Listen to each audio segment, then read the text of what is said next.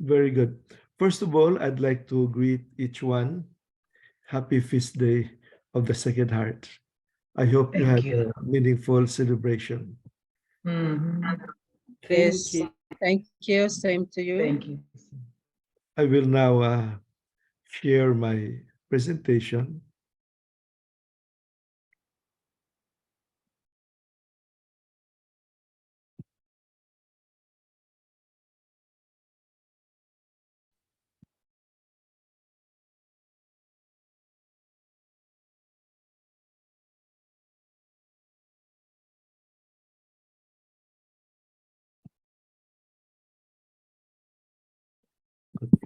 Is it clear from where you are?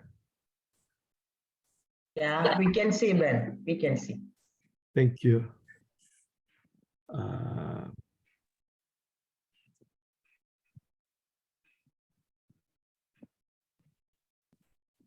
very good.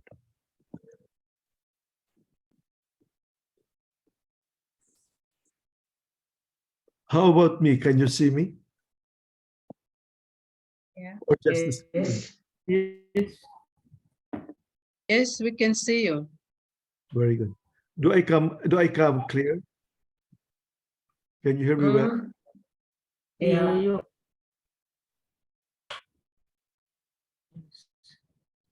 Okay, very good. So the presentation I am supposed to do today uh, is on appreciative inquiry, and I suggested that we title this presentation as appreciative inquiry in function of uh, leadership. And here by leadership, we mean religious in the context of religious life in the Chevalier family.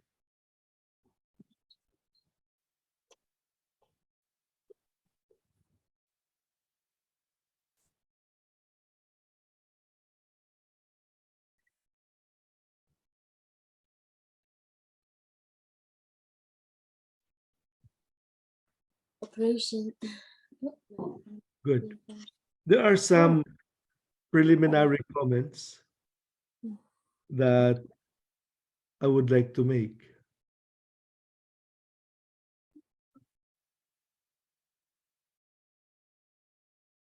Let me just check whether everything is functioning.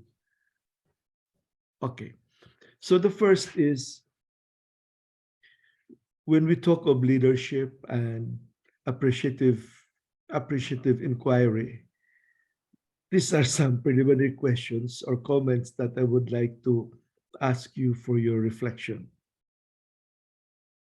Did Jesus, the Good Shepherd, as we know him in the past, lead and tend and manage his flock alone? Is the instruction the same, Goti? Yeah, it should. I click him now by you go inside. Season. Okay. Kathy, could you see to it that they are muted? Yes, yes. Or did he do the shepherding with others? The second is, what is the difference between a leader and a manager?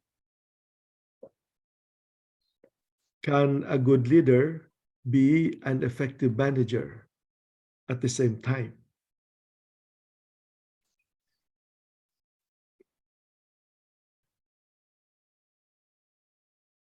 And what about Jesus? Was Jesus a leader and manager at the same time? What about the disciples? Were they leaders and managers too? And then, What about Father Jules Chevalier? Was he a leader and manager at the same time? What about our succeeding superiors or coordinators, whatever you call them? Were they leaders and managers too?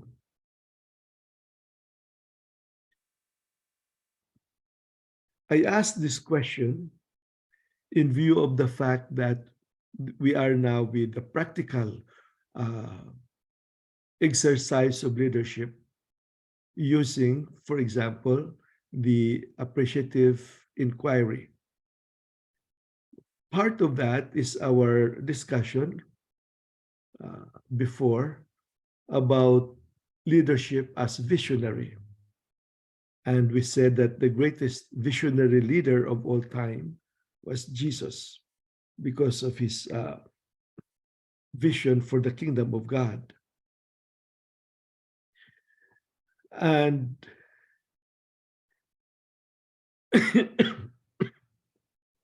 he was at the same time the greatest visionary and greatest dreamer.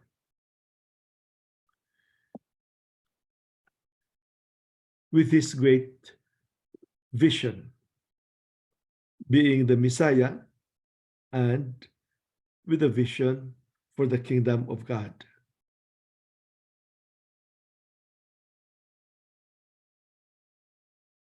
So we asked the question, was Father Jules Chevalier a visionary leader and an effective manager at the same time? What about our succeeding superiors? Were they not just leaders, but were they visionary leaders and effective managers at the same time?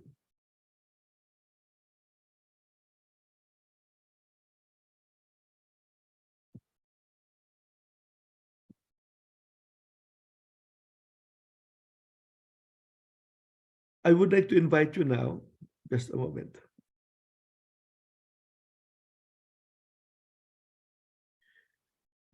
I raised the question,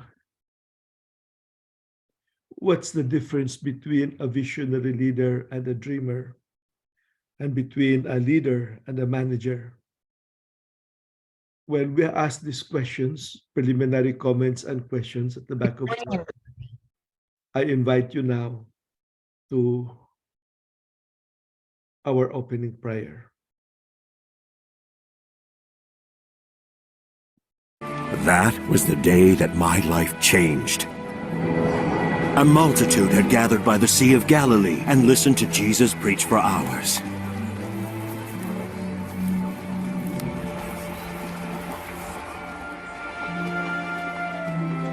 Put us out a little way from the land.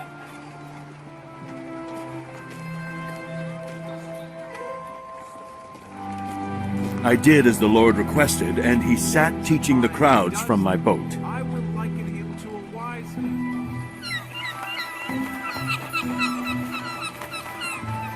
Now, go out where it is deeper and let down your nets to catch some fish. Master, we worked hard all last night and did not catch a thing. But if you say so, I will let the nets down again.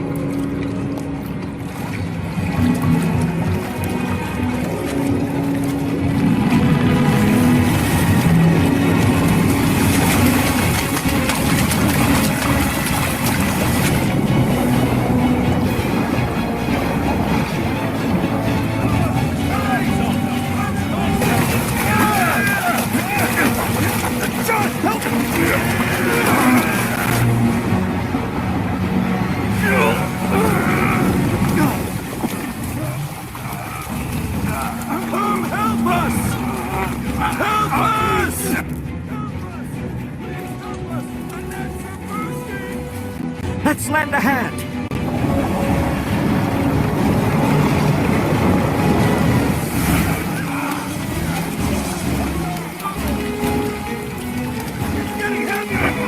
Pull, men! Pull! There are too many fish! It will sink our boat!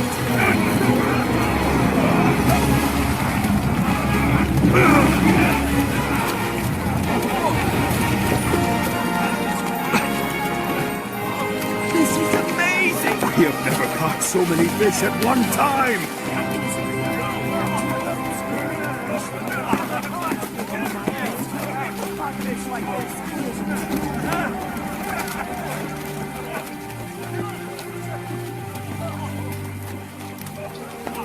Lord, please leave me. I'm such a sinful man. Do not be afraid. From now on, you will be fishing for people. And when we had brought our boats to shore, we gave up everything and followed him. And we will always follow him. Now, who will help gather firewood? The night will be cool. We will go, Peter. I know where to find Oh, some. we can help. I will go with you, Joy.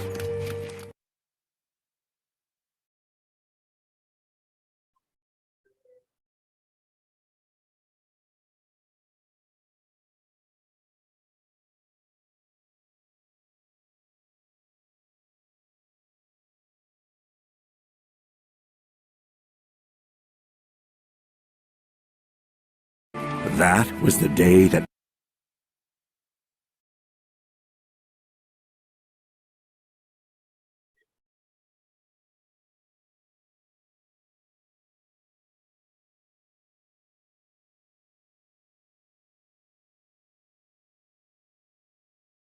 So we keep our hearts open to the message of the dramatic presentation of Peter and of Jesus, and Peter being called to become fishers of people. And they were asking too for help from other people and dividing the work. Who should get the firewood? Who should have the fire? In order to be able to form a new community around Jesus.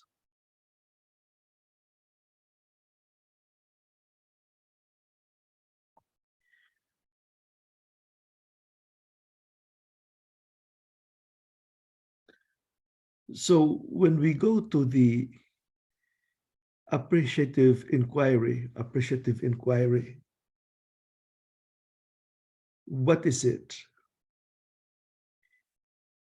Appreciative inquiry is an approach to change that focuses on the strengths and positive aspects of an organization or a group or community.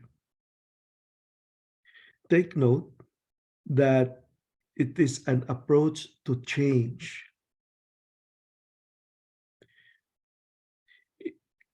That focuses on strengths and positive aspects. That is why you have the title Appreciative, because it focuses on the strengths and positive aspects. Inquiry, it is to go to look for these strengths and positive aspects in order for the organization, the group or community to be able to attain its goal and its objectives. The image there I placed is the image of a cell. And the cell has its own potentials. And then it has a mitosis, the two cells growing together, and you have a mitosis. the potentials of the cells together are becoming more and more, are multiplied and growing. Another way of defining appreciative inquiry is this. It is an asset-based approach to organizational and social engagement that utilizes questions and dialogue to help participants uncover existing strengths, advantages, or opportunities in their communities, organizations, or teams. Now, I would like to ask you to focus on asset-based approach. That means, what do you have, the existing things that you have? And then utilizing questions and dialogue, penetrating questions and conversations in the group to uncover the strengths and advantages and opportunities that are there in what they already have. If this is our attitude at leadership, what would be its consequences? For example, in our community, when we are leading our community, shall we look for things that are not there? Or shall we maximize the things that are already there? Affirming the positive qualities of the members of the community, and at the same time of what we really already have in the community. Appreciative inquiry is also defined as strengths-based, positive approach to leadership development and organizational change. It is based on the idea that organizations can be improved by focusing on what is already working well, positive, rather than just fixing problems, negative. Appreciative inquiry can be used by individuals, teams, organizations, or society. In its case, it helps people move toward a shared vision for the future by engaging others in a strategic innovation. Now, the emphasis of this definition is on the qualities, the strengths, the positive qualities that the leader and organization must discover among the people and in the community. It focuses on what is working well, what's already working well, and capitalize on that. Because probably the things that are working well and that must be improved might probably fix the problems, the negative things, or transcend them. In this way, people are helped to move forward together toward a shared vision. Positive energies, positive visions pulled together for the future by engaging others in strategic innovation. Strategic innovation meaning it is for change, for something new, not just to rest on what we have, but to make the things that we have new by improving on the things that are already positively functioning. Now, we asked the question earlier, what's the difference between a leader and a manager? And I am heading this section with the question, appreciative inquiry, is it a function of leading or is it a function of managing? So these are some ideas on the difference between a leader and a manager, and then later on we will locate the place of appreciative inquiry. A leader innovates, develops, and inspires people, while a manager administers, maintains, and controls resources and processes. Already, offhand, you can ask yourself the question whether you're a leader, prone to be a leader, or you're a manager or prone to be a manager. What are you doing? Are you innovating? Are you developing? Are you inspiring? Or are you administering, maintaining, and controlling resources and processes? A leader creates a vision and guides others towards a common goal, while a manager creates goals and ensures satisfactory results. So the leader is more of a visionary, while a manager is more limited towards delivering results according to the goal. A leader is a change agent who takes risks and is unique, while a manager maintains the status quo, controls risk, and copies others. What are they doing there, which we could do also to better our system? Copies from others.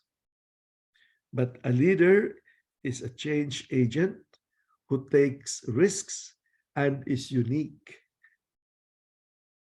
He cannot be compared with what others, he does not have to look for what others are doing. Again, I would like to suggest that we ask these questions about ourselves. Am I a change agent who takes risks and unique? Or am I a manager maintaining the status quo, controlling risks, and copying from others? A leader is in it for the long haul and grows personally, while a manager thinks short term and relies on existing skills. Now, if we are trained to become leaders, we should look at what are we doing now? Are we for short term and relying on existing skills, or are we for the long term and growing personally and continually developing ourselves? A leader builds relationships. He's like a bridge, while a manager builds systems and processes. In summary, leaders are focused on creating new ideas and inspiring others to follow them. They are more concerned with the big picture than the details. Managers are focused on ensuring that the work gets done efficiently and effectively. They are more concerned with the details than the big picture. It seems that from the works of those engaged in appreciative inquiry and those engaged in management and leadership, they say that it is possible to be both a leader and a manager at the same time. But there are very few people who are good at both.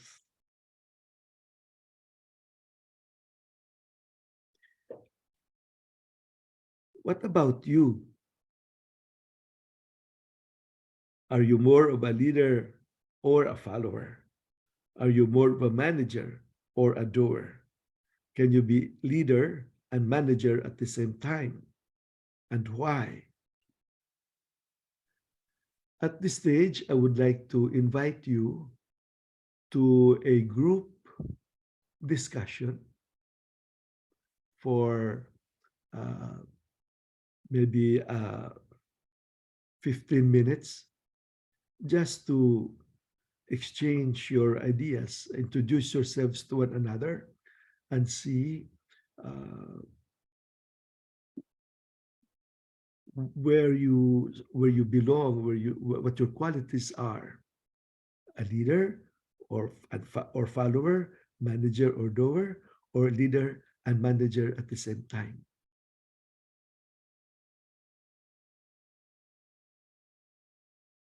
So, Kathy, we can go to the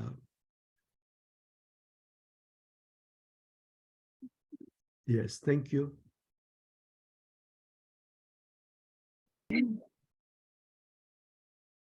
Thank you very much for taking time to share among yourselves your qualities, whether you are a leader or a follower or manager or a doer, implementer, or you are a leader and a manager at the same time. Uh, I would like to suggest that you It's okay. But earlier we were like that. Yes, I was trying to just avoid, but anyway. Would you kindly mute yourselves, please?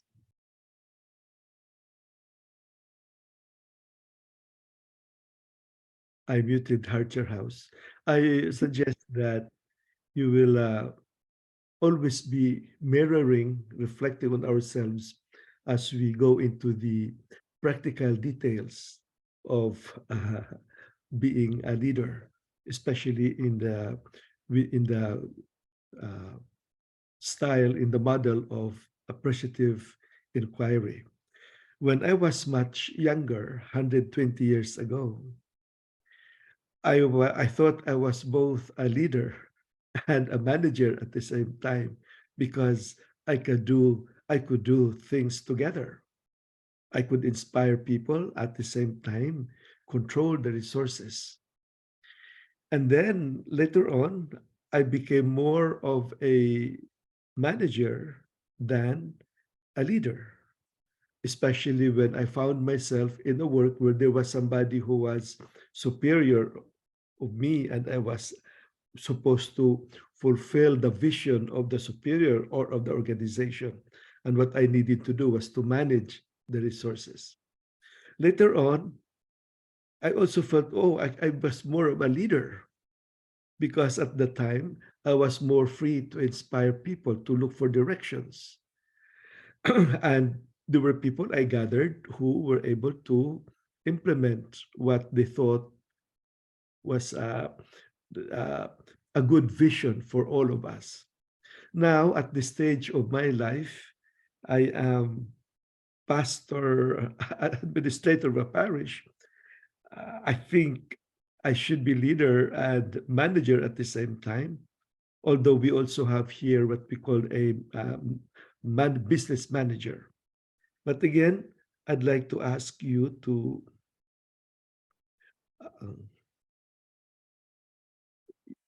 uh, continue to reflect on the things that I share. Yes, there will be the material, the written presentation will be sent to you after the session. Now let's continue. I will continue to share with you my presentation.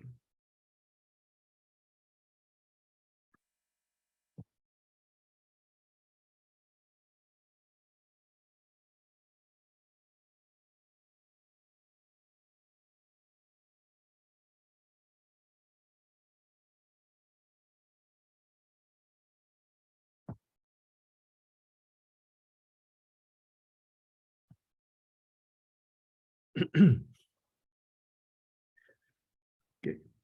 I was asked to make my voice louder because it's too soft. So now I will make it loud. Okay.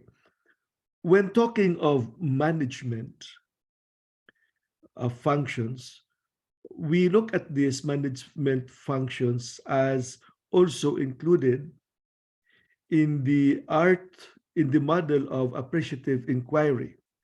Appreciative inquiry being useful for planning and organizing. Now, there are 4 generally accepted functions of management. Management plans, organizes, leads, and controls. These functions work together in the creation, execution, and realization of organizational goals. So what about planning? In this stage, managers establish organizational goals and create a course of action to achieve them. When organizing, the purpose is to distribute the resources and delegate tasks to personnel to achieve the goals established in the planning stage. This is very important, especially when we look at the skills and talents of our community members. Who is good at music, who is good at writing, who is good at preaching, So these skills should be given support and developed. And then they are supposed to be synchronized. They should be working together harmoniously.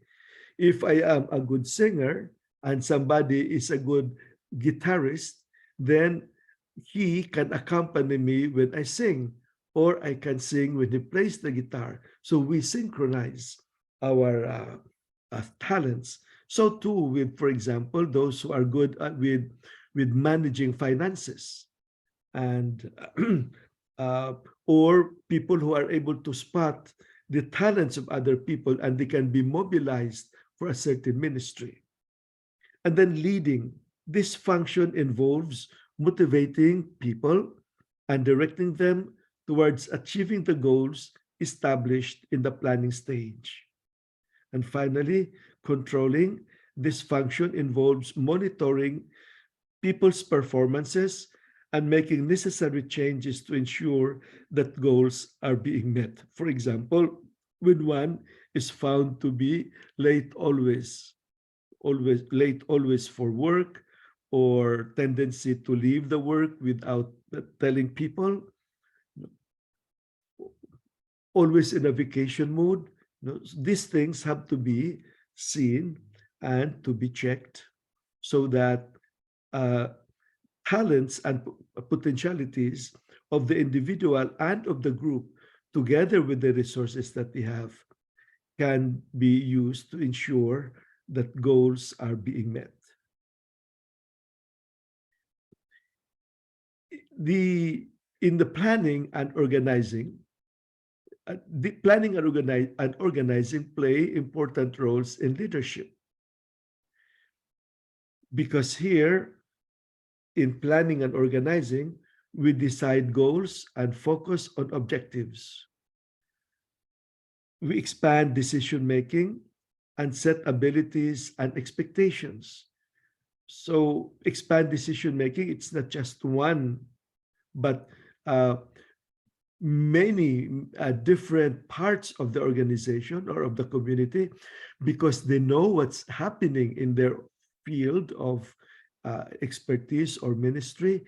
They can contribute to a more profound and expansive decisions, and develop abilities and expectations that they can meet together.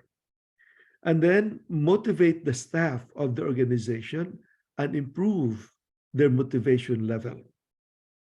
Allocate resources and encourage creativity and innovation. This is very important, especially in our religious life. How do we look at this? Allocate resources, encourage creativity and innovation, especially when we have the vow of poverty, especially when we have the vow of celibacy or chastity, or because we have the vow of obedience.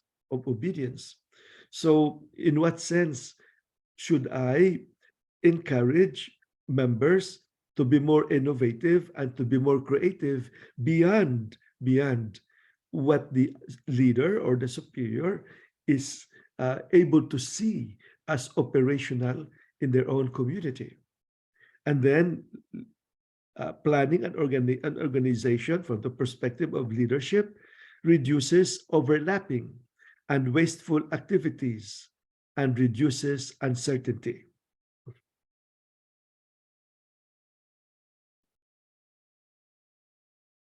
In addition, leadership encourages strategic planning. Strategic planning is crucial for leaders to make decisions that affect the future of the organization. So the leader who is foresighted, farsighted, who is visionary, is always looking for a plan that goes beyond 3 years, that goes beyond 6 years, that goes, that goes beyond what they can see right now. Strategic planning allows leaders to analyze risks, consider options, and make sound decisions that propel the organization ahead. Strategic planning also acts as a compass for leaders, assisting them in navigating the complex and ever-changing community landscape. Meaning to say, suppose, for example, there are changes in personnel, probably because of transfers, sickness, and death, or whatever. So, and then suppose there are no additional personnel to fill in, or there will be new people who will come in who would have different minds and different ways of doing. Strategic planning will help the leader to navigate, to be able to synchronize all these complexities in order to continue pursuing one's goals or the goals of the goals of the community. This is especially relevant, for example, with pastors or parish priests. When parish priests leave the parish and goes to another parish, what does he do? Is he going to change the parish, the parish where he is new? And then the other priest too, who is going to take his place, is he going to do the same, change everything? And then what happens now to the strategic goals of the parish, or the strategic goals of the district, or the strategic goals of the province? And that is where the district superior and the provincial superior or coordinator, their sense of strategic view, strategic plan, becomes very, very important. It gives leaders, strategic planning gives leaders a clear sense of direction. Exactly, this is where we're going in spite of the uncertainties. Identifies possible roadblocks, so how to shuffle people, where should one go according to his talents or according to what he needs to learn, and helps them to make educated decisions that drive their organization toward the intended destination of success and growth. Now, I'd like to make emphasis here on educated decisions, meaning to say these are decisions not based on opinions, I think, but this is based on research, based on facts, based on data. So decisions that are educated are not opinionated or based on opinions, but based on facts or data. In that way, there is a kind of solidity of decisions and predictability of decisions according to the data available, the trends of the events that are available, the patterns of the circumstances and events that are available to the leadership.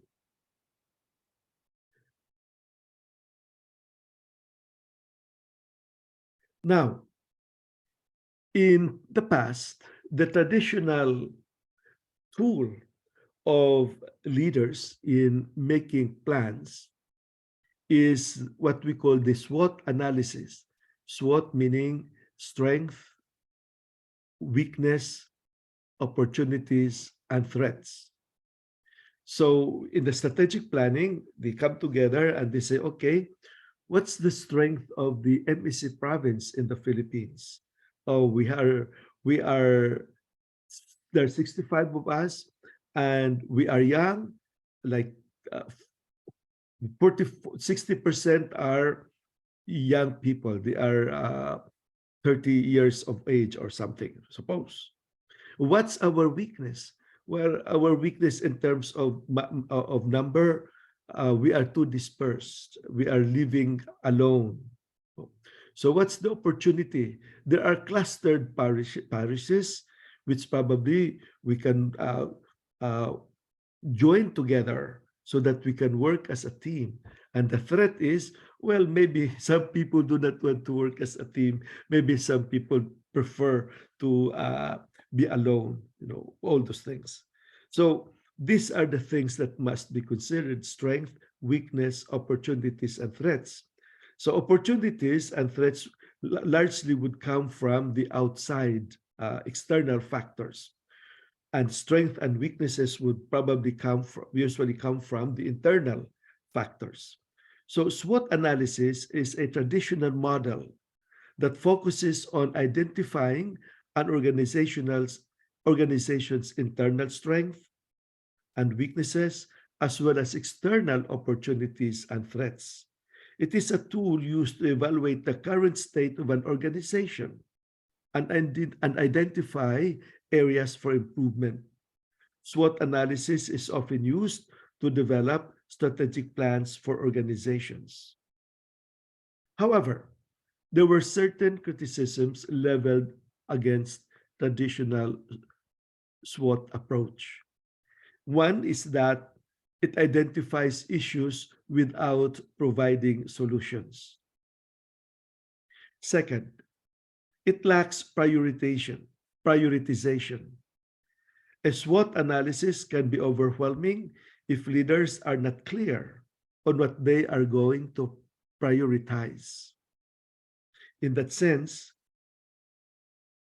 it doesn't provide solutions, it doesn't provide priorities, and therefore it lacks clarity.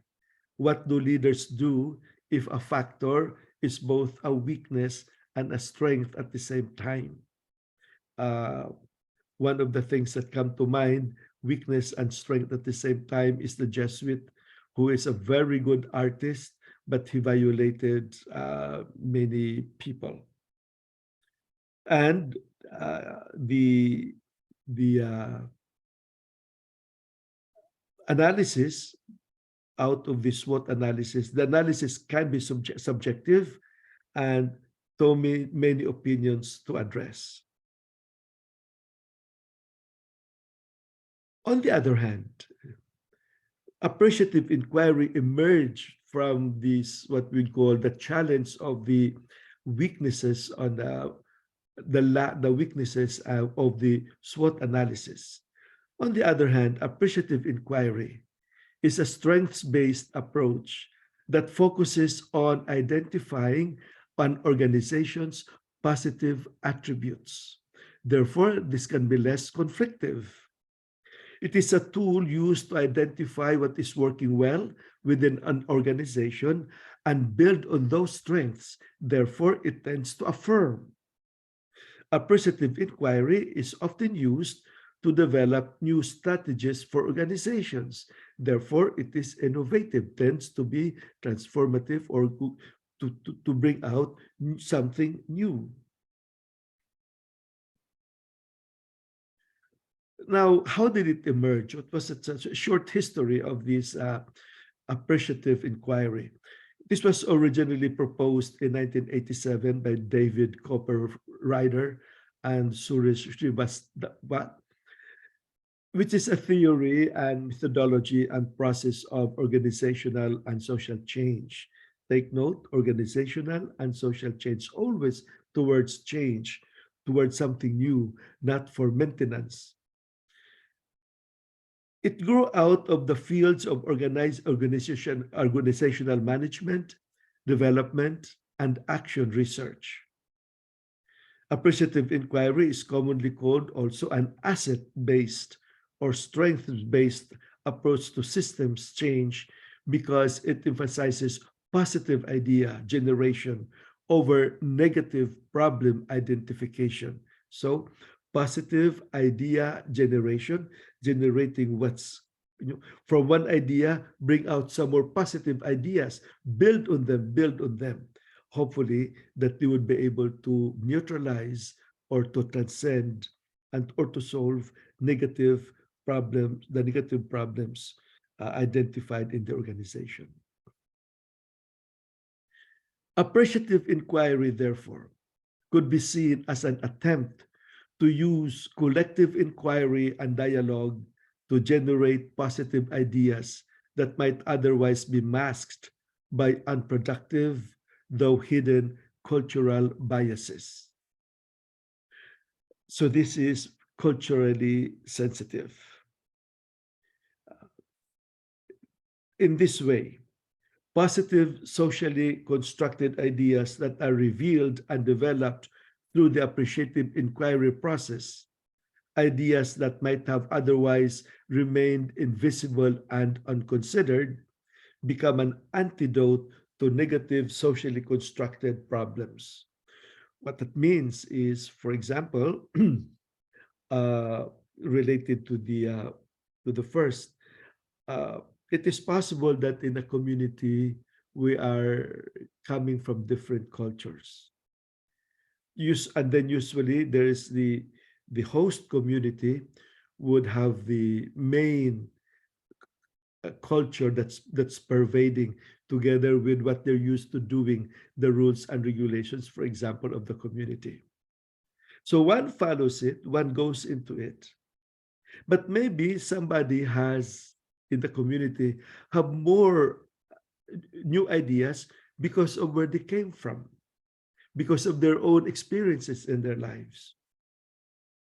Now, with appreciative inquiry, there is always a session to bring that out. What do you think of this? And to build on each other's positive ideas. And of course, he will point out, something doesn't fit me.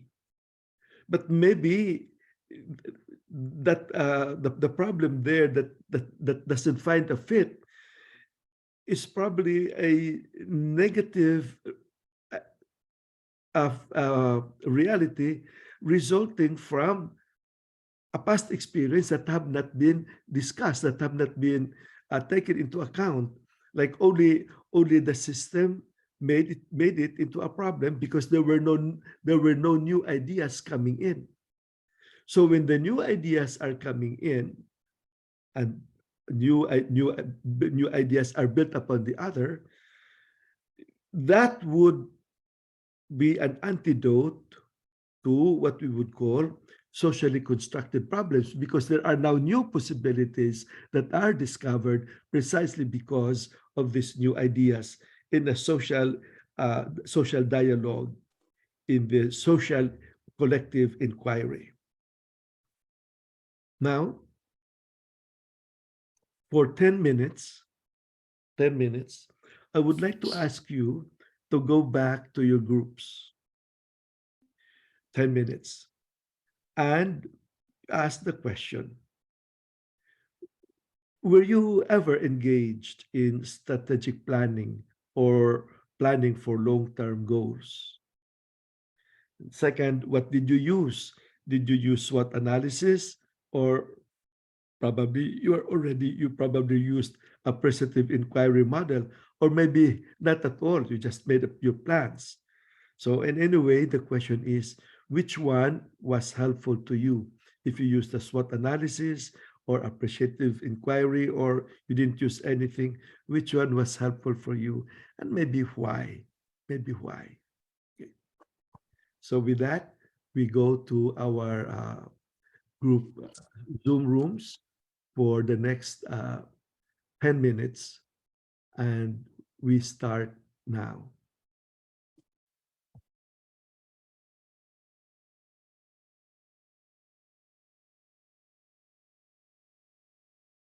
Let me again share with you.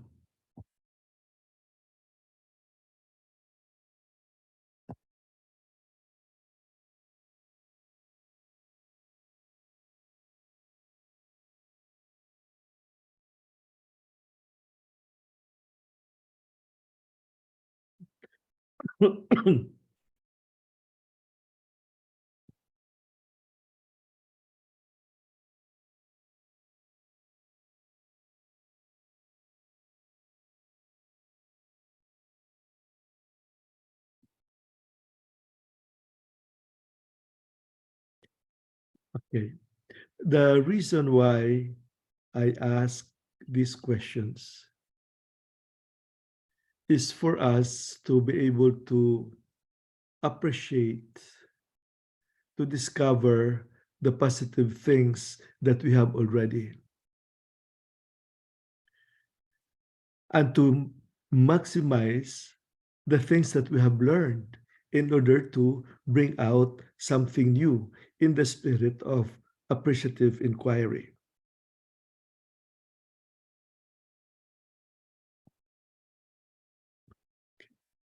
Now, here are some key features of the appreciative inquiry.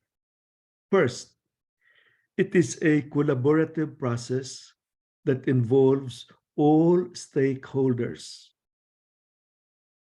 Collaborative process with all stakeholders. It focuses on what is working well in an organization. It encourages people to dream about what could be.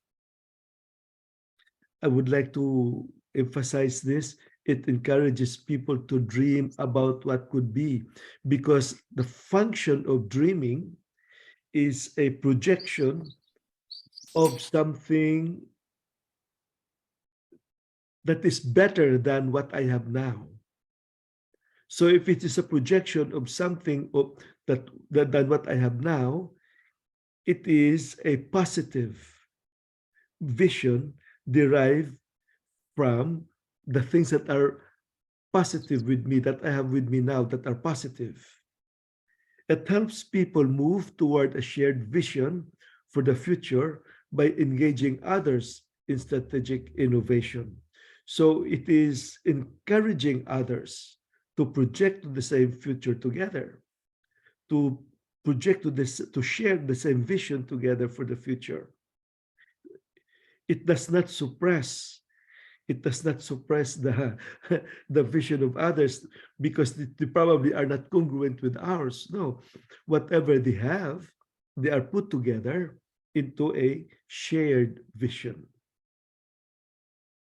How is appreciative inquiry different from other organizational models? Appreciative inquiry is different from other organizational visioning models and change processes because, again, it focuses on the skills and strengths that a community or company already has, rather than working to develop new skills. Many change processes begin with members of a company or community identifying the issues within its practices, while appreciative inquiry begins with identifying the successful practices and processes. Now, this is a big question today, especially when we have many new things happening very fast, and then we say, I am not techie, I cannot do that. So we let the young people do it. Now, actually, we probably have developed certain skills that could move us towards being techie. But we have not built on that. The task of appreciative inquiry is to discover that and build on that. Having a more positive approach may help organizations feel motivation to help organizations feel motivation to use the strength and successful practices that exist currently to reach their goals and enhance the practices that may require improvement.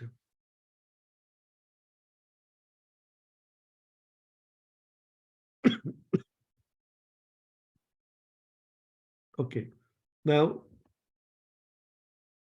this is the kind of a graph or a picture of appreciative inquiry, successful behavior, and change.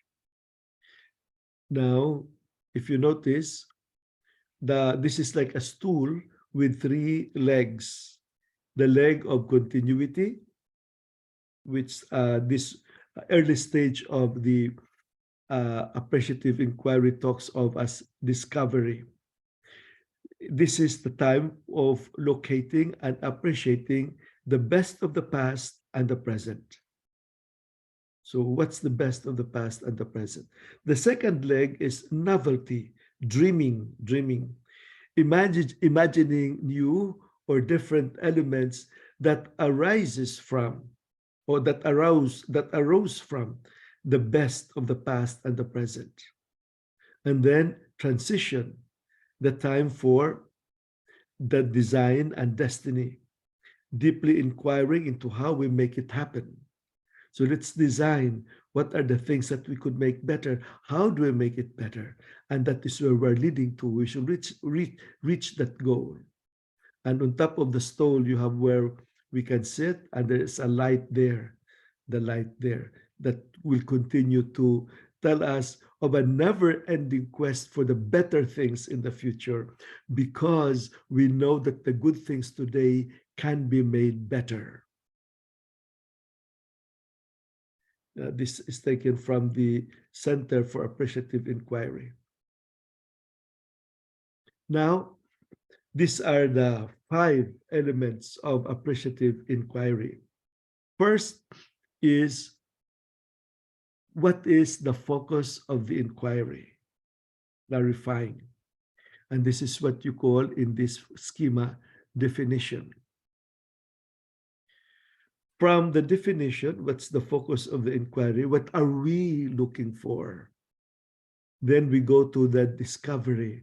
What gives life? The best of what is, appreciating. So discover what makes it so. What gives it life? What makes it positive? And then slowly on, move towards the dreaming part. What might be? What is the world calling us for? Envisioning results. And then slowly on, we move towards making a design. What should be the ideal? Co-constructing, constructing together the ideal design. And then destiny, how to empower and learn and adjust and improvise, empower each other, sustaining each other towards the dream that we have designed together. Let's go into some details of this model. The definition or clarifying. The first step in an appreciative inquiry process is defining the central question or topic of the inquiry, dialogue, or engagement process. The definition phase establishes the scope and goals of the inquiry. Importantly, appreciative inquiry model emphasizes a positive, solutions-oriented approach to defining the process.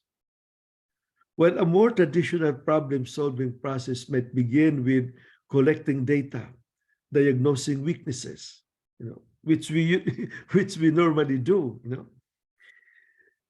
appreciative inquiry begins with positive, asset-based framing questions to determine what's already working in a community, organization, or team. That doesn't mean that we do away with data. We use data, but the data that we would be focusing on would be the data that affirms, that tells us why we are strong, where we are strong, positively. And then in an appreciative inquiry process, we would ask, when have people been most pleased with what we did? And what can we learn and apply from these moments of success? Rather than ask the question, why they did not come? What they did not like? Rather than ask that question, which is negative, ask the question, why are they coming? Well, how did we best serve them? In the appreciative inquiry community, this step is also sometimes called the affirmative topic rather than the negative topic.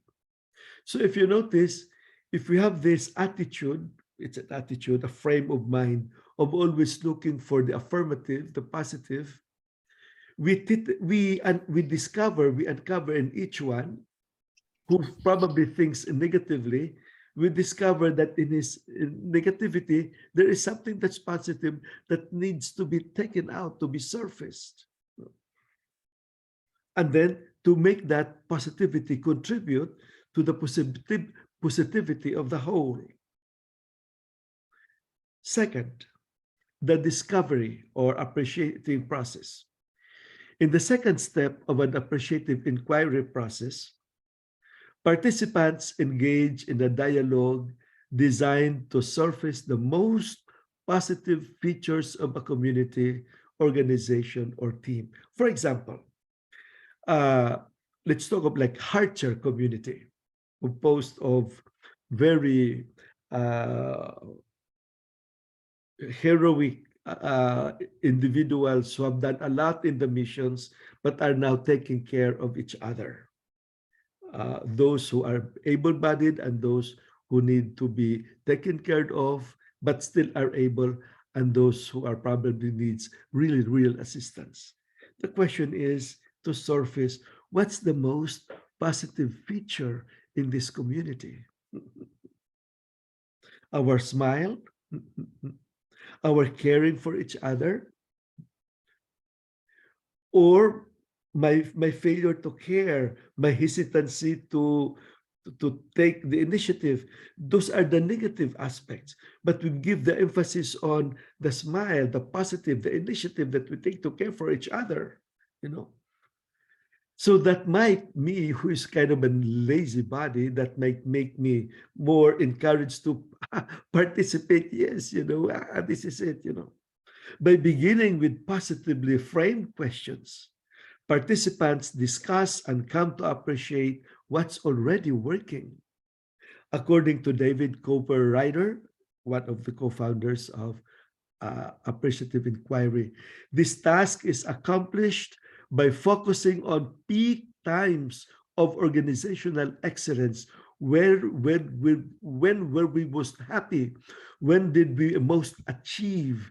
When were we most appreciated? You know, when we're most effective? When people have experienced the organization as most alive, most effective.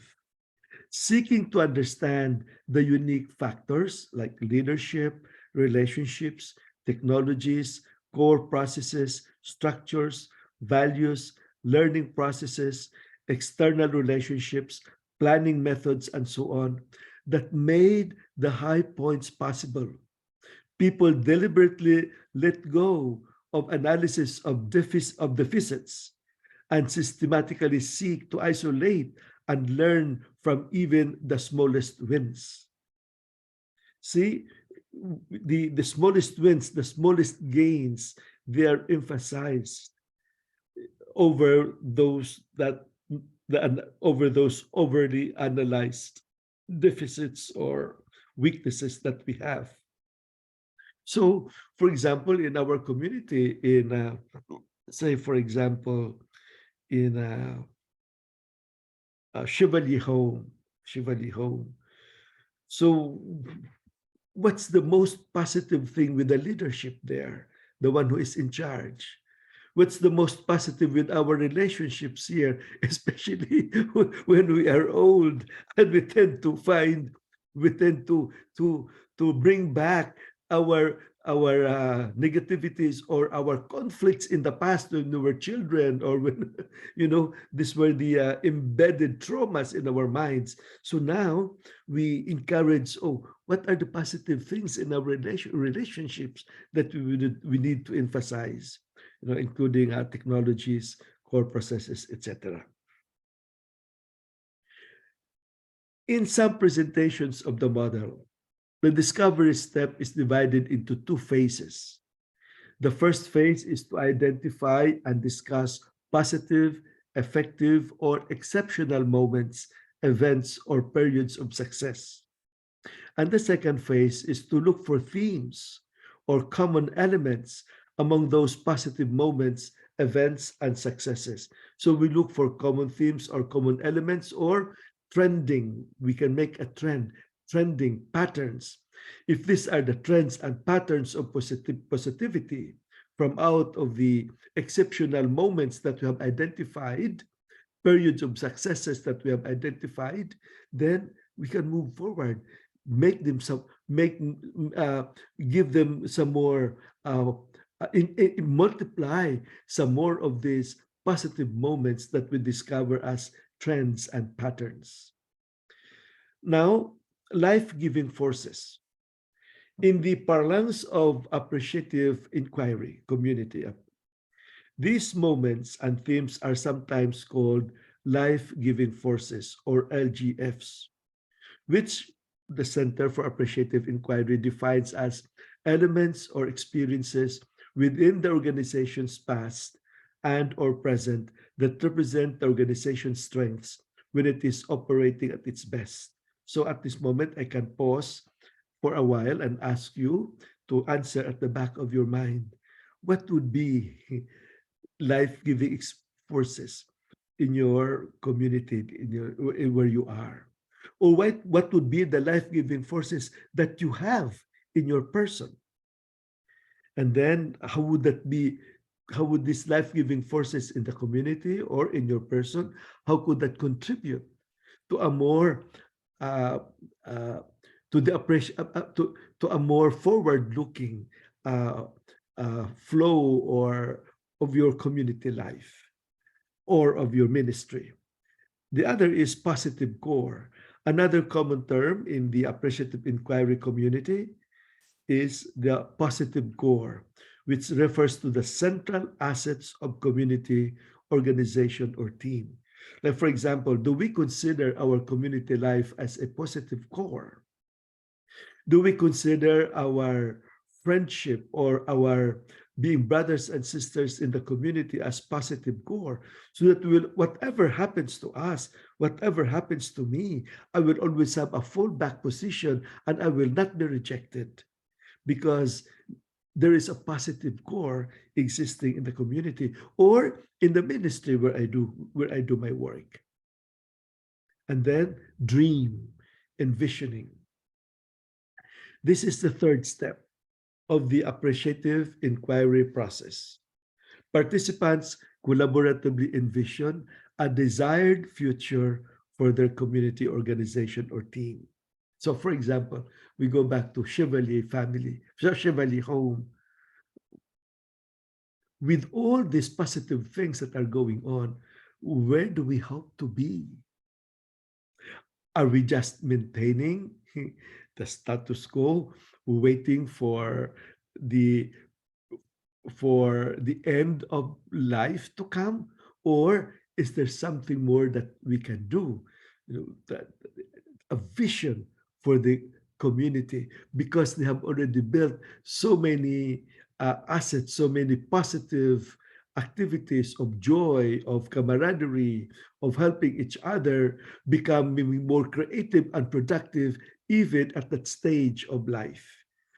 The negative aspect is, you're already old, so you better not anymore do anything. That's very negative. That's negative. The other is, oh, I'm already old, so when can I stop? When can I start enjoying life? When I'm already old, I better retire now. That's negative. Rather than affirming what are the positive things that you can still do today, that you can continue to do even if in your retirement, So according to copywriter, one aspect that differentiates appreciative inquiry from other visioning or planning methodologies is that images of the future emerge out of grounded examples from its positive past. Did we go for a walk together? Let's do it again. Did we have an outing? Let's do it again. Did we study together? Let's do it again. Did we make a position paper and make it available to the younger ones in our province? Let's do it again. You know, never be exhausted of the possibilities of the future. Rather than imagining hypothetical strategies to address past problems, appreciative inquiry asks participants to consciously envision a preferred future that is grounded in past successes, but imaginatively and creatively unrestrained. And the word that we emphasize there is unrestrained. Imaginatively and creatively unrestrained. There should be no, as much as possible, take away the roadblocks, take away the ifs and buts, but go for it because it is possible, because it's grounded on past successes. They are not made from imaginations, hypothetical strategies that probably aroused from opinions, especially opinions that are probably hurting or difficult in the past. Then dreaming has a provocative proposition.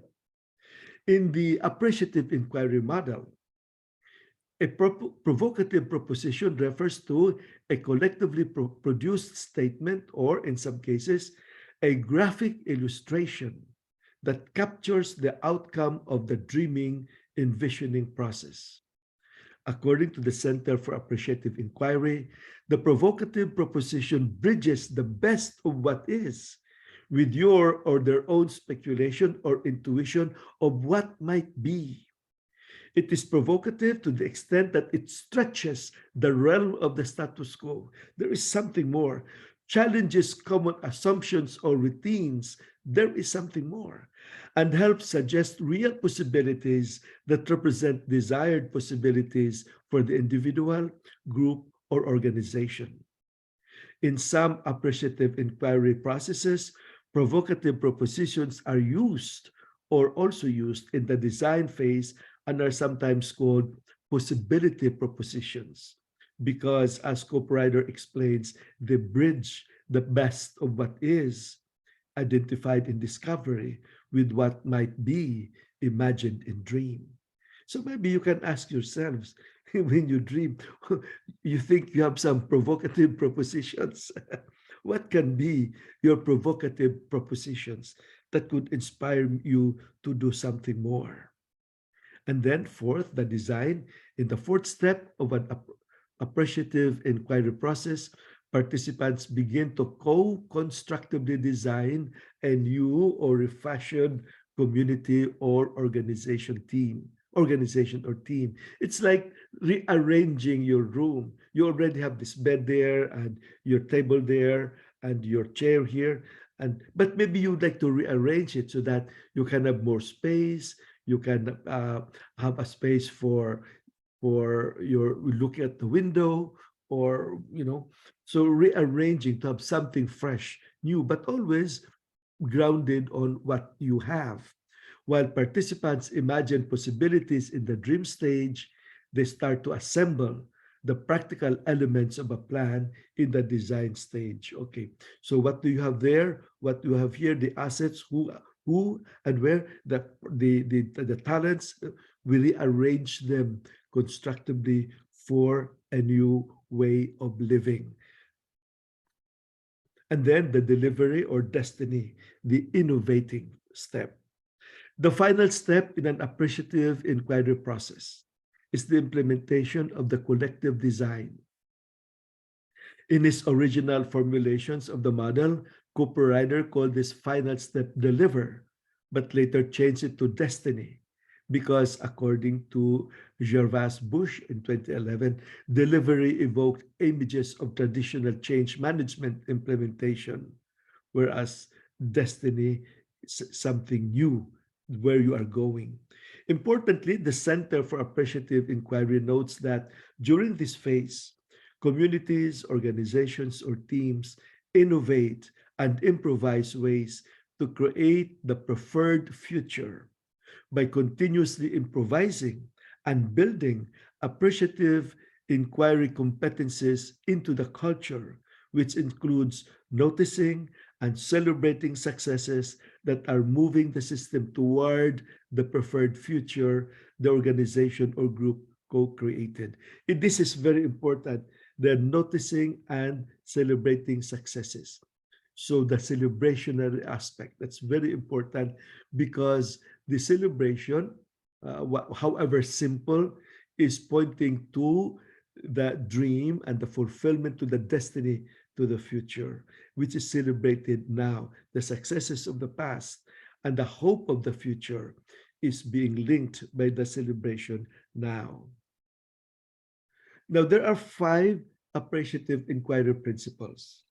And these are very exciting, very nice. Although the terminology could be confusing, but they can be made into simple words like constructionist principle. What does that mean? Words create worlds. Reality, as we know it, is subjective versus objective state, and is socially created through language and conversations. Therefore, we must allow ourselves to listen to each other, because our words create worlds. If we keep quiet, if we do not express, articulate it in some way, we close our words, we close our words, we close our worlds. We do not create worlds. And then the simultaneity principle.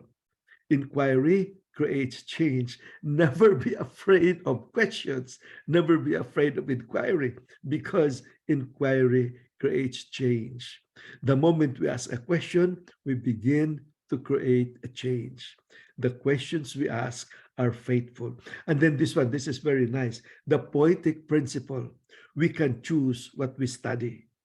Teams and organizations, like open books, are endless sources of study and learning. What we choose to study makes a difference.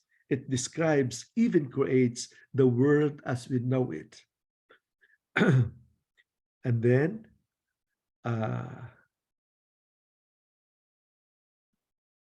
number 4, anticipatory principle, or images inspire action. Positive images inspire positive actions. Human systems move in the direction of their images of the future. The more positive and hopeful the image of the future, the more positive the present day action. Finally, positive principle. Positive questions lead to positive change. Momentum for small or large-scale change requires large amounts of positive affect and social bonding. Positive affect and social bonding. This momentum is best generated through positive questions that amplify the positive core. Incidentally, as I was doing this, I was thinking also of us, the core vitae team, when we planned for our courses, the using the appreciative inquiry and method. And then there are criticisms, though, leveled against appreciative inquiry, just as there were criticisms leveled against the SWOT analysis model. First is condition. Focus on what people think, not on what people do. Support test self-organizing change, processes that flow from new ideas. And then the critique on positivity. Transformational change will not occur if problems are not ignored. Is it true that the appreciative inquiry tends to ignore the problem? And then the misuse or abuse of positivity. Some people use positivity to suppress truth and advance one's own interest. Or weaponizing of positivity to reinforce racial or ethnic bias, prejudice, and discrimination. They would highlight the positivity of one culture over the other. And then that leads to repression of opposite passions, may provoke unhealthy environments. Now, finally,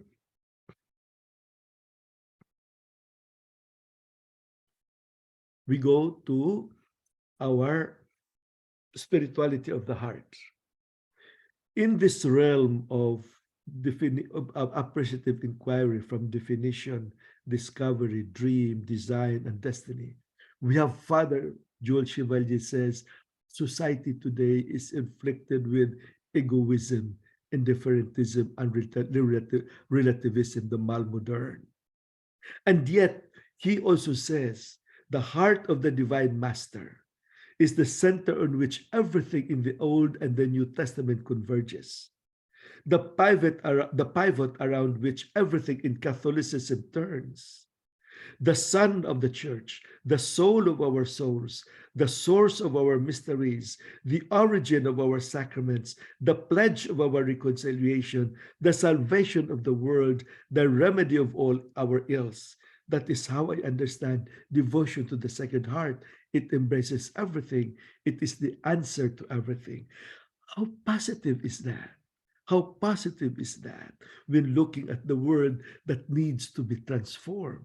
And then, devotion to the Sacred Heart is the essence of Christianity and contains all other devotions. The heart of Jesus is the love of God, God Himself incarnate. God is love. How positive is that?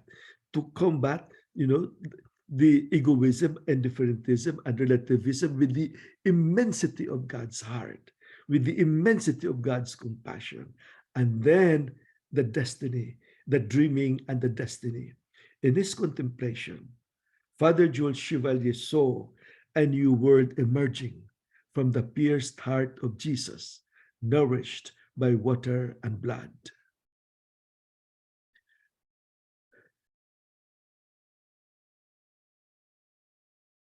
So, thank you very much for this, your patience. And I hope that we can move on and emphasize the positivity of our heart in our leadership, in our planning, and in our shepherding, in all the things that we do and are as a person and as a community. Thank you very much. Thank you, Father Ben, for your inspiring presentation on appreciative inquiry in leadership. As you continue to mention, it is an approach to change that focuses on strength and positive quality aspects, what gives light and growth. So appreciative inquiry model and principle to positive change as a leader, as a community, in oneself, and with one another. So we thank you, Father Ben, for this profound presentation. And you would see in the chat, as the members are put into the chat, how appreciative they are. And so we say thank you to you for this wonderful presentation. And thank you to the COVID team, to Cecilia, to Ben again, and all of you participating. Thank you for your presence, and we see you again next week, Saturday. Next week, Saturday, we will have Father Omoku. So thank you so much once again to you all. Thank you. Thank you. Thank you. Thank you. See you next. Thank you. Thank you. Thank you. Bye, sisters. Yes. Bye. Thank you so much. you. Thank Bye. you. Thank you, Thank Kathy. you. Thank you, Bye. Thank you, Thank Thank you, Father Maria. Ben. Thanks. Bye. Alan. Hi, Rosemary. Hi, Dorothy. Yeah. Kenapa kau masuk? Oh, bye, Alan. Thank you, Father Ben. You're welcome. Josephine. Thank you, Sister Josephine. Thank you, Father 셰프님, 다음 주에 봬요. You're welcome. Bye. 감사합니다. 네. Okay, thank you all. Bye. Bye. Bye. Have a nice weekend. Yes, you too. Thank See you you. next. Sisters. Bye. Thank you, Father Ben and the team. Bye. Yeah. Bye, Steph. Bye, Sister Martina. Oh, you like to. Bye. Bye, Sister Martina Penuela. Miss you.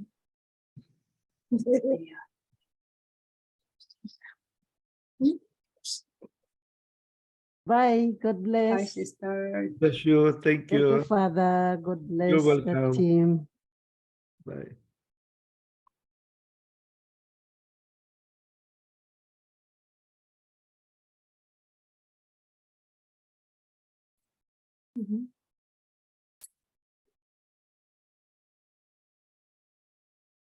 Love you all.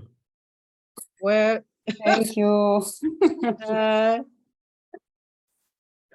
uh, And thank you, Ben. Thank you very much. Hopefully next week I can offer a translation.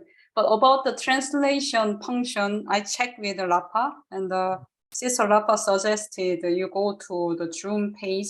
There is a learning center, so maybe the main host should change the setting, not during the meeting. According to Rapa, if we can follow her suggestion, the host